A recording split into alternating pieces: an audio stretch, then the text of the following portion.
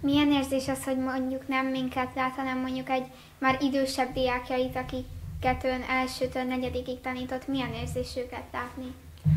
Én örülök annak, hogyha pozitív visszajelzéseket hallok a kollégáimtól rólatok, már pedig ezeket hallom, és ez számomra öröm, és az is öröm, hogy gyakran meglátogattok, és elmesélitek az élményeiteket, vagy éppen csak betoppantok, és segítetek kiosztani a 10 órait az elsősöknél. De, hogy milyen érzés minket most más osztályfőnök alatt látni? 4. osztály után el kell tudni engedni a gyerekeket, hisz mondhatni, ti is kinőttetek minket, kinőttétek az osztálytermet, úgyhogy én jó szívvel adtalak át benneteket a mostani osztályfőnökeiteknek, úgyhogy csupa jót is meséltem rólatok, ezt úgy titokban megsúgom.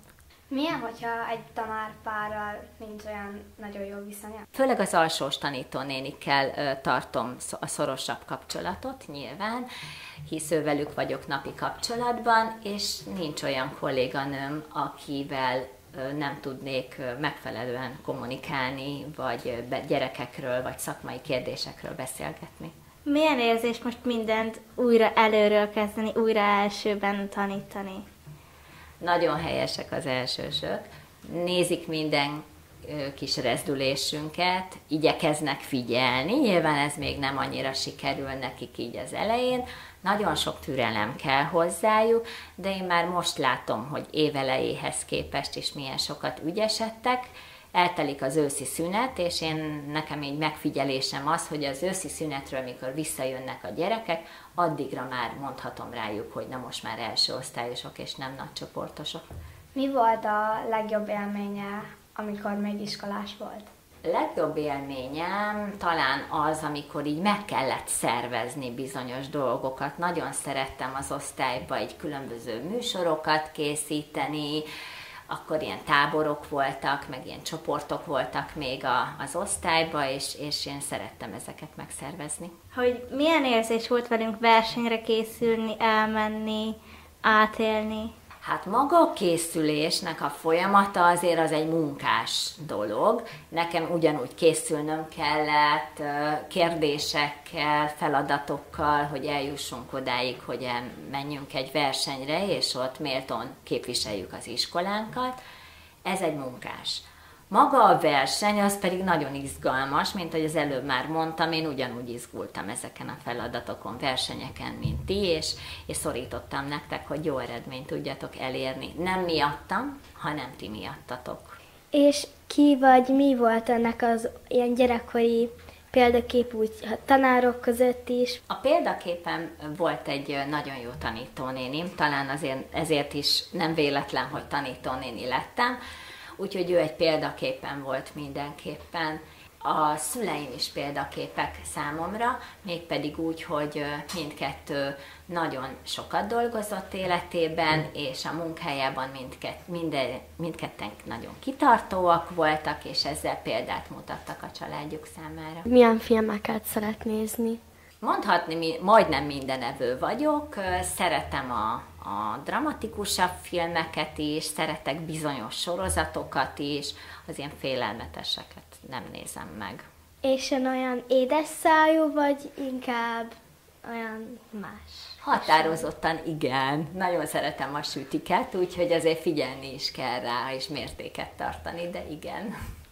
Milyen zenéket szeret hallgatni? Igazából erre is majdnem azt mondom, hogy majdnem mindent, a rockot kivéve. Azt szeretném még megtudni, hogy mi a kedvenc színe. Talán a világos kék. És mi a kedvenc száma? 4. Milyen így a szülőkkel beszélni, az új szülőkkel? A szülőkkel való kapcsolat kialakítása szerintem mindig egy picit nehezebb, mint a gyerekekkel. A szülőket úgy ismerem meg, hogy kérdeznek a gyerekeikről, hogy mi a véleményük, hogy halad a tanulásban, hogy illeszkedett be a közösségbe, tehát így ezzel kezdődik egy kommunikáció, majd pedig egy szorosabb kapcsolatot ott lehet kialakítani a szülőkkel, amikor különböző családi programokat szervezek számukra, mint például családi kirándulások évelején, évvégén, vagy karácsony előtt egy közös barkácsolás a szülőkkel, illetőleg felkészülünk különböző műsorokra. ezeket a műsorokat pedig a szülőknek készítjük sok munkával és sok szeretettel. Nincs olyan mondjuk, hogy nem tudom, mennek fel a volt diákjai, beköszönnek, és akkor úgy van vele, hogy ez most furcsa, és hogy nem velük lenne inkább. Nem, ezt nem gondolhatja egyetlen tanítónéni sem, hogy kisajátíthat egy gyereket önmagának, és örömöt kell találni abban, hogyha a gyerek már tovább lépett, hogyha ő felnőtt, egy másik életszakaszba került, mások a feladatai, mások a céljai, annak viszont mindig örülök, hogyha visszajönnek, és megismernek, köszönnek, megölelnek, ez jó érzés. Milyen érzés ez, vagy hogy kezeli azt, hogyha egy gyermeknek mondjuk magatartási problémái vannak? Szerintem ti ezt jól láttátok. Ha egy magatartási nehézség volt az osztályban, az én gondolatom mindig az volt, hogy nem vagyok büntetéspárti ember, hanem inkább a jutalom megvonásában hiszek.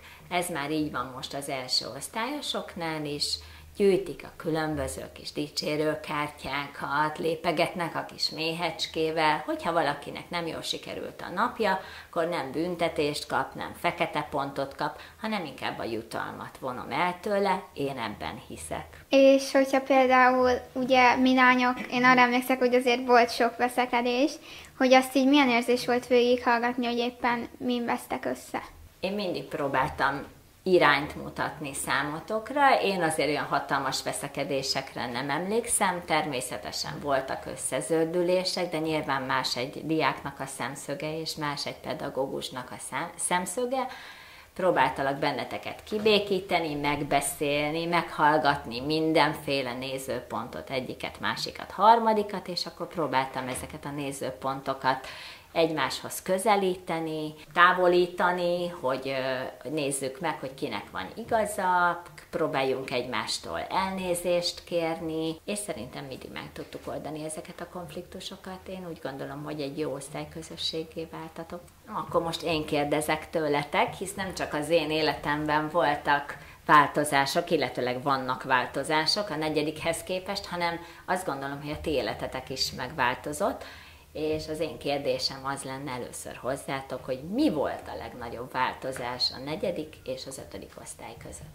Hát nekem az volt a legfurább, hogy ugye régen egy osztályban voltunk mindig, és nagyon ritkán mentünk át másik osztályba, és most pedig folyamatosan vándorlunk. Hát nekem ugye az volt, hogy amikor alsós voltam, mindig azt néztem, hogy ötödikesek, nem kell sorban állniuk, és meg ilyenek, és tök fura volt így első nap is, hogy most komolyan 5-es vagyok, vagy így, nem tudom. Hát az, hogy így sok órán bontva vagyunk, és így fura, hogy ilyen kevesen vagyunk, mert régen ugye többen voltunk, így tele volt az osztály, most meg ilyen üres szinte. Mi ez a tantárgy, amit legnehezebb most így 5-ben megtanulni, vagy elsajátítani? Mi az, amire legtöbbet kell készülni? Szerintem a matek, amiben van így néhány, hogy nem mindig értem, de azt mindig elmagyarázza a tanár, szóval utána megértem. Nekem az angol az, ami nem megy. Hát nekem is a matek, ami így nehezebb. Na, örülök neki, hogy a magyar az jól megy, számomra mégiscsak siker. Mi az, amit leginkább kedveltek a felső tagozatban? Tehát mi az, amiben úgy érzitek, hogy na most felszabadultunk, most ez sokkal jobb, mint alsó tagozatban? Hát, hogy sokkal szabadabbak vagyunk, és a vándorlás még azért jó, hogy nem kell folyamatosan benne az osztályteremben lenni, hanem mondjuk ki lehet menni az udvarra. Bármikor, amikor szeretnéd, Barbie. Hát szuper. Akkor, amikor nem csöngetnek még be. Értem. Hát, a büfé. Hát, hogy így úgy mentünk büfébe, hogy így nyilván nem órákon, de hát nagyjából amikor így kedvünk tartja, meg nincs zárva. Hát nekem is a szünet így, hogy a nem velünk került osztálytársakhoz is le lehet menni udvarra. Ez így jó érzés. Mennyire tartjátok a kapcsolatot a régi osztálytársaitokkal, mármint azokra gondolok, akik az A vagy a C osztályba járnak? Van, akikkel így jobban tartom, van, akikkel nem annyira, de igazából így hetente egyszer minimum így hetente egyszer, de szoktunk menni mások osztályába, és így közösen is szoktunk beszélgetni a régi osztálytársakkal. Hát nagyon szoros, így lemegyünk, ők jönnek fel, hát sokszor találkozunk tanulószobán, és egymás mellé ülünk, nagyon szoros a kapcsolat. Hát meg én a legtöbbször a C-sekkel szoktam találkozni, és ővelük tartom legszorosabban a kapcsolatot. Milyen volt kialakítani, vagy milyen kialakítani a kapcsolatot a jelenlegi osztálytársaitokkal? Hát ugye a nagy része az már olyan gyerek volt, akit már ismertünk, tehát csak kevés részével kellett összebarátkozni, de szerintem jól haladunk. Hát volt nekünk is ismerkedés, mondjuk ott csak bések voltak, de hát szerintem már mindenkivel megismerkedtünk, mindenkivel van kapcsolatunk, jól érezzük magunkat együtt. Hát én a nagy részét ismerem. Elején még ilyen nem ment annyira így simán, hogy így oda mentem. Van, akikkel csak így úgy beszéltem először, hogy egy közösségbe kerültünk, de szerintem mostanra sikerült azért kialakítani.